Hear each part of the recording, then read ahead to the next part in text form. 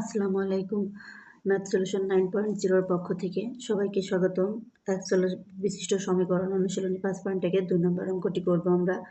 তো 2 নম্বর অঙ্কে z + 1 × z - 2 আমরা তুলে নিই, সলভ করব। z + 1 × z - 2 সমান z - 4 × z + 2।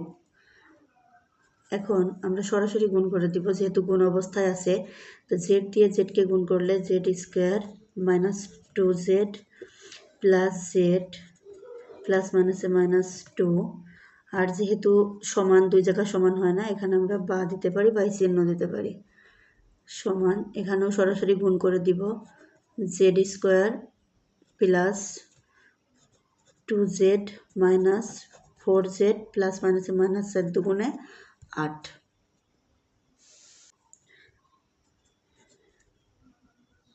এখন সমানের এই পাশে একই জিনিস থাকলে কাটাকাটি হয়ে যায়, জেড স্কোয়ার কাটা। এবার -2z থেকে জেড বাদ দিলে -z থাকে -2 সমান 4z থেকে 2z বাদ দিলে -2z -8। তো জেডগুলোকে একদিকে করি। এখানে এক চলক বিশিষ্ট সমীকরণ, তাই পুরো সমীকরণে মাত্র একটাই চলক আছে, জেড। এই জেডের মানটা আমাদের বের করতে হবে।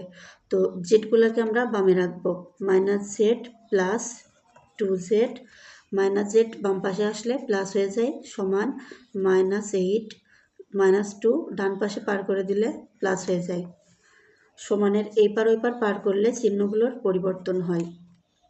তো 2z থেকে যদি জেড বাদ দেওয়া যায়, শুধু জেড হয়, সমান -8 থেকে যদি 2 বাদ দেওয়া যায় তাহলে -6 হয়। তো জেডের মান হবে -6।